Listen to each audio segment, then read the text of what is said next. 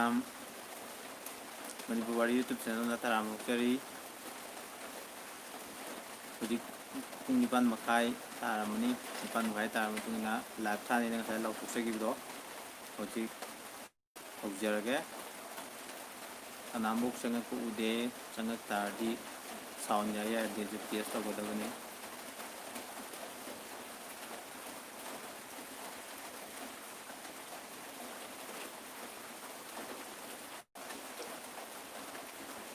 sound nong tabani na sound di khara nungairaroi mi ani changak pa hore tai chang do changbiro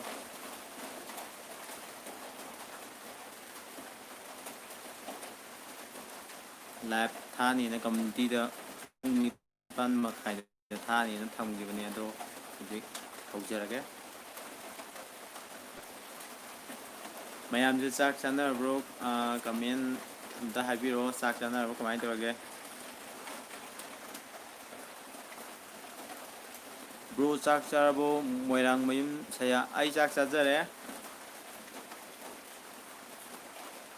atai di Myam je kai yang chanara jano am takhangre langlen chanu chanare langlen karinjang chage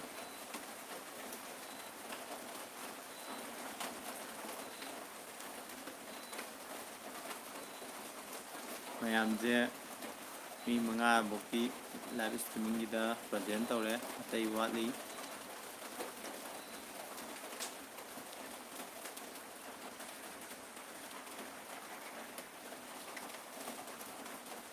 ni saben yo flare ni jawre Myam live se khangnaba somsong gi friend jing du share ka tawthokpiro aduga ngasai ayuki live thabda list Laothokpibdo adu makhani hujik mu Laothoktoije live jam kuina tharoi dum list Laothokmaga palaw lo shaladawni ngasidi chicken oina chare langlen chanu ses ahau pachai ko mi mapan chure ai ningangi sound je dum phajana sengna tabra saubra kamai dawi kanamta comment biro make sengna tai de do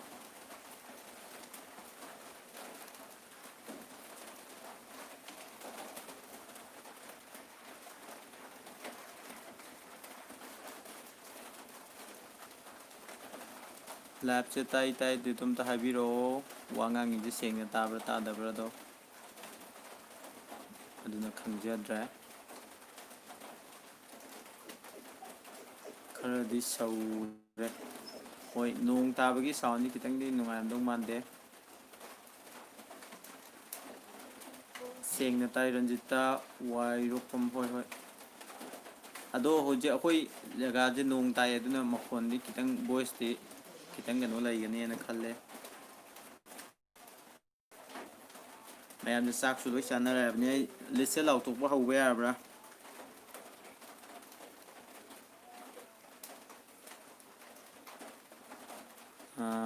sengna tai le rebika ekpam chare ado Myam je ai kinam ta haijage masigi aigi live khariba wari dugi episode number asi je 10 oi yong 10 thaka tawdo 10 je that kena Myam da ta na bana tawram mane ado wari je recording hai tare voice record kana chathari ngai nong ju tasalakana khudong cha da bam thoe aduna record solution mangamdre hauji su nong tari aduna Myam war juana hayeng ngai bi batare ngasi gidi wari hapok ngamjara roi Kyam kurige live 3 minute mari khatang ai live thajari je aduga ngasi khatang changak pa channel da subscribe tawpa Myam yawi bani ngasai adu changak tar di changbiro isa gi list to serial number list to Laothokserage ngasi khatang subscribe tawwa ngasi mi ai khanda yang khai mukte dum changak pa male channel lam hajarake somta kai jr gi channel lam laibani adugi channel do da advertisement on half kibani lucky draw gi adudagi changak Myam yawgi ꯁꯣꯝꯇꯥꯗꯣ ꯑꯩꯈꯣꯏ ꯂꯩꯀꯥꯏꯒꯤ ꯕ꯭ꯔꯗꯔꯅꯦ माजु आइगा YouTube की मरमदा दम तातो गसिन तौनबा मागिजु channel अम लेबने मयाम आइगी community दे थमने संगागा like subscribe तौबिरमु मा नुंगाई नुंगाबा याम तौबने माइ channel दु संबिरमु आइको येन चारे दो ब्रदर दि कई चारगे लैतान थेम सिलैबी आई जे ngasi je nga thongba chai आइकोई फार्म दगी इमागा वागना nga thong chao na nga piak na ngasi di nga thong ga chare Sandhya Laisung bam hi bro hi Sandhya bro nungai bro kamdor ge sak ising unar bro kurban kes sak sajare kurban nungai riye mi kun bokti sujale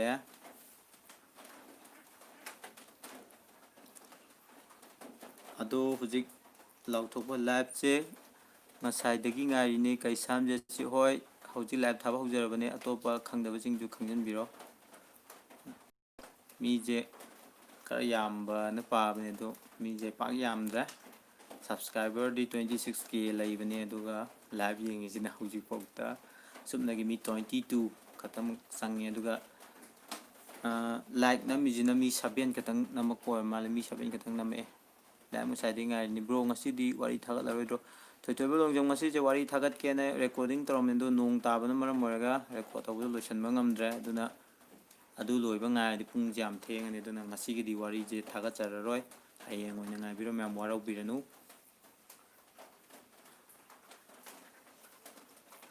kari lamdagi no bro se masa thoi sagol jam ai se mayang imphal dagi ni mayang imphal lai badu dagi duga ai gi lekai mamingna Sabung company makhal lekai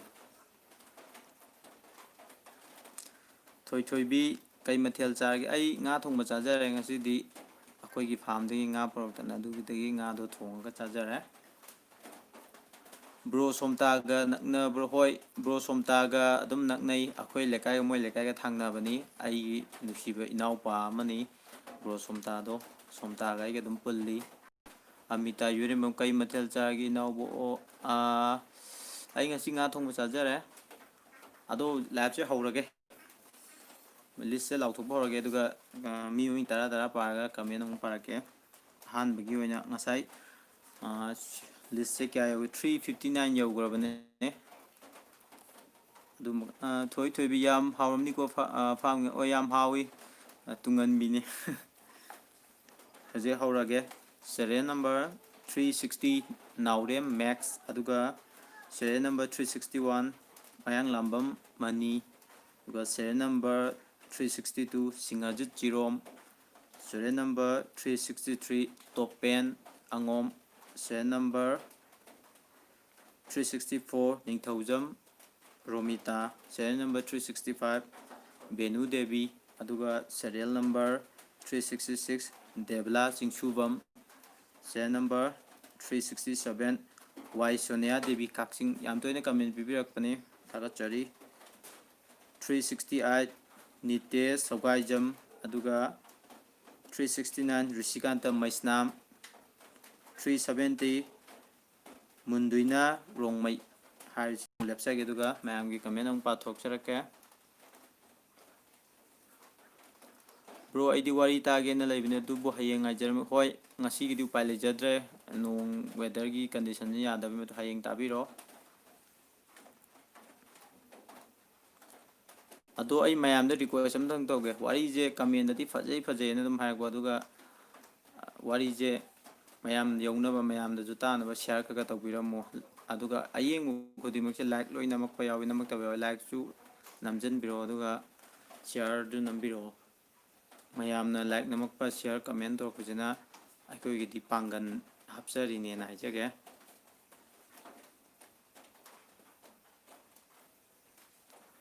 yam mamli juna kai gino baby ni ngom mamli je kana tawba mai ju khara kana tawre aduga ai gi sakchi ju khara mam bane aduna maram moraga na kano je mam ba hai tare ai sakchi ngan da bane ba masai gi ne khara mam ba aduna ne mami je warau bi ba address si jemdi shagi sakchi khara mam bane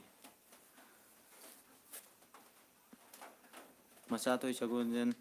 like nam lagi hoi Prem ta thok som chak Charabo sajare Makha mu chathara age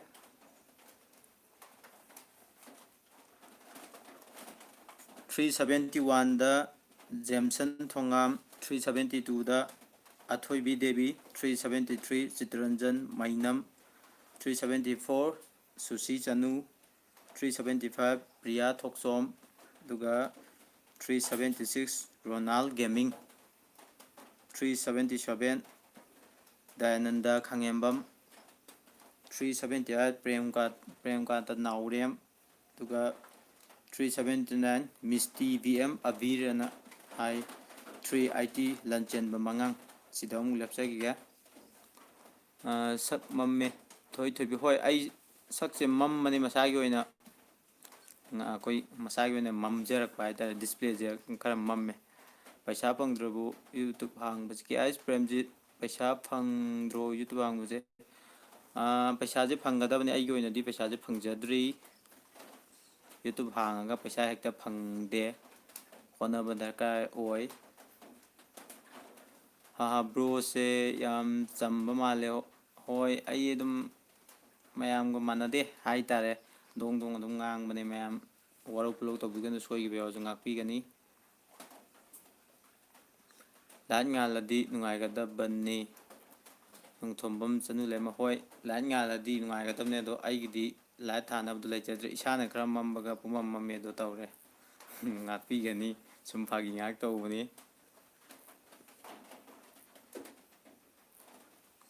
aigi serial khangningi thoi thoibe se thoi thoibe gi serial mamang da laothoksergabani mamang thagi live sing do yengbiro duga serial do khangbiragani makham chathajarage bro wari haproi dang pi thadoi wari je hamne na aigi voice recording tawramani do nong tasalakna marmoraga loisanba ngamgidre duna thengani hayeng oina tabiro masigidi wari hapsararoi Som se kai lam de lai sam pia ni ai je hanjan hanjan adam hai le re meng fa lai ba lam du da gini ai gi lekai mamina sabung company makha lekai makha li satha ge 381 Josla Ahibam duga 382 Wahidur na hangi duga 383 Salam Boy duga 384 Gas Khalida Aris mi maming ani ha pe mai se duga 385 Vijaya Thodam duga serial number 386 Tommy Toman hangi 387 Bruna Nancy ngasai aigi list serial number kya yam kan hangbiram mani nungdinda adugi magi list 387 388 Mina Devi aduga 389 Meronchan Wangkham 390 Kanto Phairoijam sida ung lepkiga o adudi naknare aiga laisam piani hoi aiga nakna ramani aina khangjadabju mam yawrine o adudi na aiga list dum pathorage mayam je comment ke suyam lakpo oide mayam je wari thagat laro habju thawai nungai amra aiju thawai nungai te thagat ken yam kan honaramani dubu weather condition ni yadre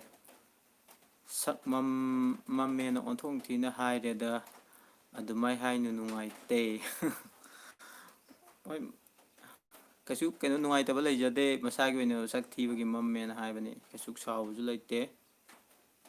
hajaramagadi ngale na haigadabani tumba ya domande wari ta dabase matek ama libi up thadoi aigi serial khangni langlen chanu han hapchagrabani langlen chanu gi serial mamang mangi live yang view aigi serial khangni sar hai kaisam je si sar hoi durum da nong ta o nong tai haujikta kabo hangakpada ngairi list maka chatharage serial number 391 KB Yumnam serial number 392 Madi Wal na lay matang da serial number 393 Arun Konjengbam serial number 394 Bailao Wanglembam serial number 395 Gandhi Ningthaujam duga serial number 396 Prem Dos Maitai Serial number 397 Mangi Gaming. Asi ngata changak pangatani subscriber anova. Serial number 398 Puspa Haisnam. Serial number 399 Thoiba Thongnaujum. Sida mu lep ki ga do comment ke laki mu yangake. Lucky draw se kai oiduine bro thoi bi lucky draw se masi madi waro biroi secret oina thamjarage. Hayeng apawa winner oiragan maming duga lauthoga masana kanjani lucky draw je do option ni thamgani foul ba miduna mana pamam khallaga apam du pijagani bro draw se kanana ka duine leitan dem sile kanana ka duino ka bro je hayeng draw je hayeng kano November first week ta ne duda kanana tawge winner oige du yeng winner je adu numitu da ni guess ma kau jagani kau gadebe guess kanam nate masai atopa channel degi changbe ko somta kai jar lebdo mana draw se ot pi ge tabne akoi ni taw ot kani winner se kaya hap to know winner je hantakti ama khatang khallani mamang dadi winners ahum thami aduga pochai myam pi bani hantakti chatukeshin gi kudong chabju leitre duna lucky winner ama khatang oine khallani hantakidi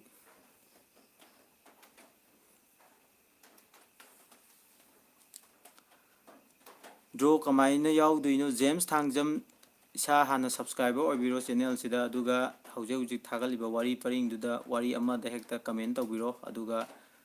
lucky draw se dum yauba yare somta tawdiro asenki pelta thok som hoi somta na tawduini aigi lucky draw mamang du somta na tawi somta ga aigi 6 ani ga tawga tawi hantak su somta je ma guess oina thammi ai serial high crabo license pr ni ngi serial high crabani thank you hoi James Thangjam lucky draw yaunaba subscribe tawsan biro aduga wari thagat liduda comment ama tawbiro song list adum challani bro chak chare nga thong chai ngasi di list makha chatharage serial number 400 Vijaya Maisnam serial number 401 Imram YG ayamana ngasi sida lauthoringe ji subscriber anauba ngatani serial number 402 da chingkhai nganba huidom serial number 403 BK Sanamahi Gaming ngasi changak pangatani serial number 404 John LK ngasai yam kanna hangamani John LK nangi serial je 404 405 Nikki Atom duga serial number 406 Nungsibi Kanglai Park serial number 407 Pravin Salam serial number 408 Master King ngasai kamena bibiram Master King nangi serial number 409 Grace Horizon serial number 410 Moirang Myam Saya Haujikta Moirang Myam Saya Hama Live Thaba Matamda question yam hangbiragibdo nangi serial je 410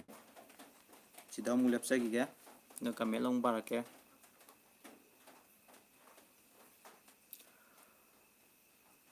aigi serial yaw khrabu ta howda mitai remba mamang da thagiba live anirak laigre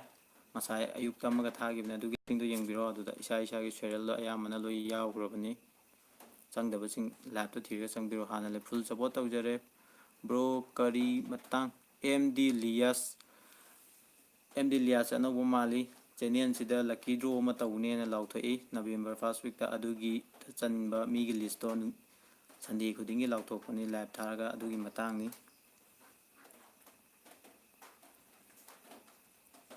da problem ngasi su live ya hode nungaite oi hojik thar je live se nang yaure yare